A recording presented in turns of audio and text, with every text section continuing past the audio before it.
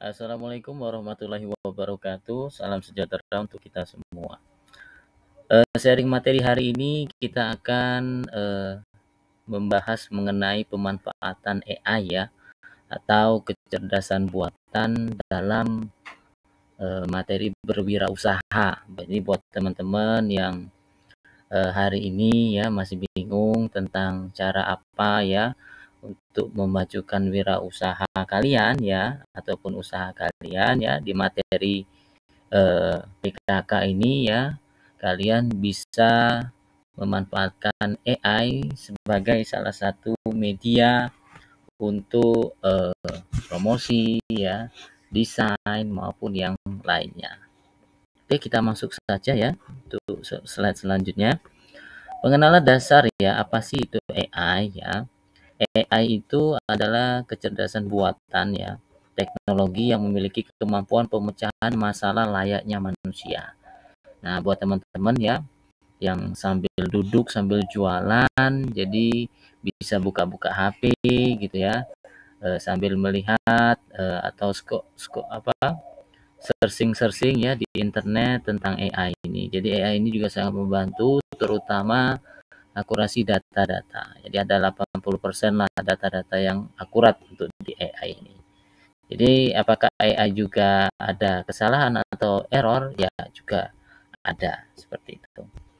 AI dalam tindakannya tampak seperti menirukan kecerdasan manusia. Ini dapat mengenali gambar, menulis ya, ataupun prediksi berbasis data. Jadi AI ini dia seperti big data ya, semuanya ada di dalam data, sehingga pada saat kita mencari data-data yang sesuai kebutuhan kita, semuanya ada di sana. Seperti itu. Jadi macam-macam AI dalam kehidupan sehari-hari teman-teman ya. Ini satu, ada search engine ya, atau mesin pencari, contohnya seperti Google seperti itu. Algoritma media sosial ya, marketplace ini seperti Shopee ataupun Tokopedia. Keempat ada GPS ya, 5 iklan online atau digital marketing. 6 ada virtual assistant ya atau chatbox. 7 game online, 8 ada mobile banking. Penerapan AI itu banyak di segala bidang aspek ya, sehingga secara tidak sadar ya kita sudah sangat bergantung kepada kecerdasan buatan ya. Di mana-mana seperti katakanlah contoh kecil,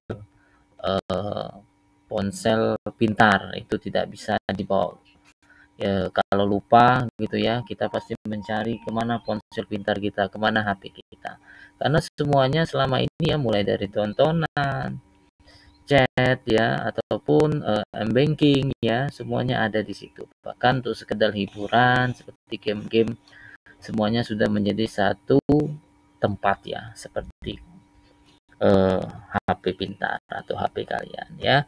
Di sini kita bisa lihat ya, ada kesehatan, kendaraan, keuangan, pengawasan, media sosial, hiburan ya, sampai ke keamanan ya, semuanya ada di sini.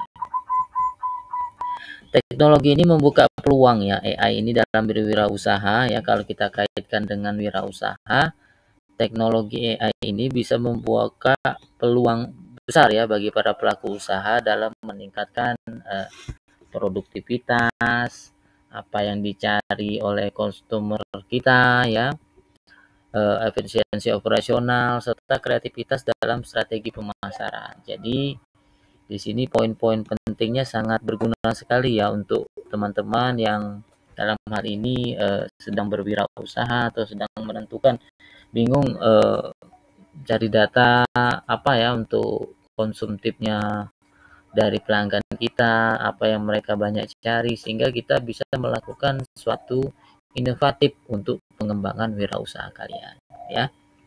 Kemudian juga pemanfaatan AI di dalam dunia bisnis ini ya, tidak hanya sebatas pada otomasi administrasi saja, tetapi ya juga mencakup analisa data yang lebih akurat ya, personalisasi layanan pelanggan, hingga pembuatan konten yang lebih menarik serta inovatif. Seperti itu ya pemanfaatan AI untuk berwirausaha. Kemudian juga di sini ya ada tools ya atau AI yang dapat dimanfaatkan untuk wirausaha ya. Contoh yang paling mudah adalah ChatGPT ya. Kemudian ada dari produknya Google yaitu Gemini ya. Teman-teman juga bisa langsung ada di HP ya, itu sudah sudah masuk di dalam HP, tepatnya di email kalian yang ada di titik 9 itu ya pada Gmail kalian. Kemudian ada Bing AI ya, berfungsi sebagai alat riset pasar yang cepat memungkinkan analisis tren serta mendukung strategi mencari informasi yang lebih efektif.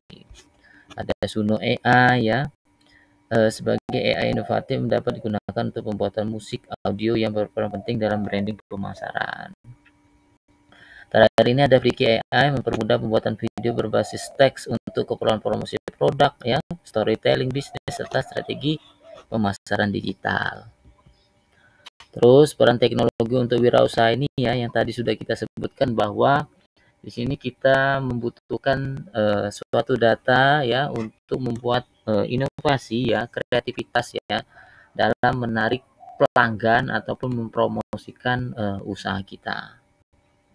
Kemudian juga di sini kita bisa melihat dari data-data yang ada bahwa tingkat suatu bisa mendeteksi ya resiko-resiko yang mungkin ke depan kita tidak tahu. Nah, dengan memanfaatkan AI kita lebih kompleks lah ya. Bisa melihat setidaknya kita tahu lah kalau ke depan itu nanti masyarakat ataupun konsumen ini di trennya 2026, 2007 itu akan lebih condong ke mana gitu ya. Sehingga jauh-jauh hari kita bisa langsung kita bisa bersiap untuk tren-tren yang akan kita hadapi di tahun berikutnya. Seperti itu. Jadi pada hakikatnya ya bahwa membuka peluang usaha baru juga bisa dengan adanya data yang kita dapat ya, arah konsumen itu kemana, tren yang sedang terjadi di tahun-tahun berikutnya ini seperti apa gitu ya, apa yang banyak dicari. Nah ini kita dapatkan melalui AI sehingga dari usaha yang mungkin katakanlah wah kok semakin menurun ya, apakah ada yang salah dengan usaha kita, apakah kita kurang promosi yang mungkin kurang menarik ya. Nah ini bisa kita menggunakan AI sebagai asisten ataupun mitra kita. Dengan kemampuan AI ya banyak perusahaan menemukan peluang bisnis baru. Contohnya startup teknologi kini dapat mengembangkan aplikasi berbasis AI seperti pengenalan wajah, analisis sentimen, dan asisten virtual yang semakin populer. Kemudian juga ya dampak AI ya pada bisnis ya, berkembangnya teknologi AI bisa diibaratkan seperti dua sisi ya. Di satu sisi teknologi ini menawarkan kemudahan ya, efisiensi aktivitas bisnis yang khususnya dalam peningkatan pelayanan kepada customer kita. AI ini juga bisa memberikan banyak keunggulan berupa pengurangan biaya operasional ya kita, pengurangan sumber daya manusia ini juga bisa dilakukan. Jadi bisa by robot ya.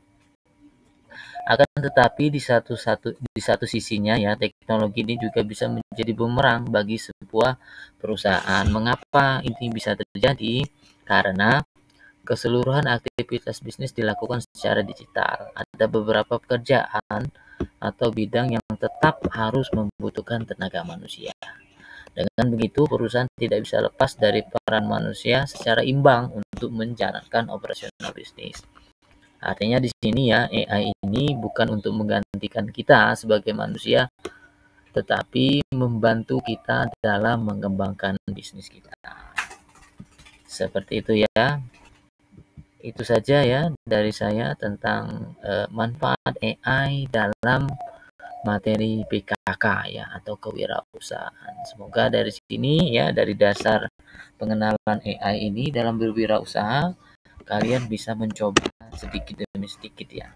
Membuka contohnya saja Gemini yang sudah ada di HP kalian. Seperti itu. Wassalamualaikum warahmatullahi wabarakatuh.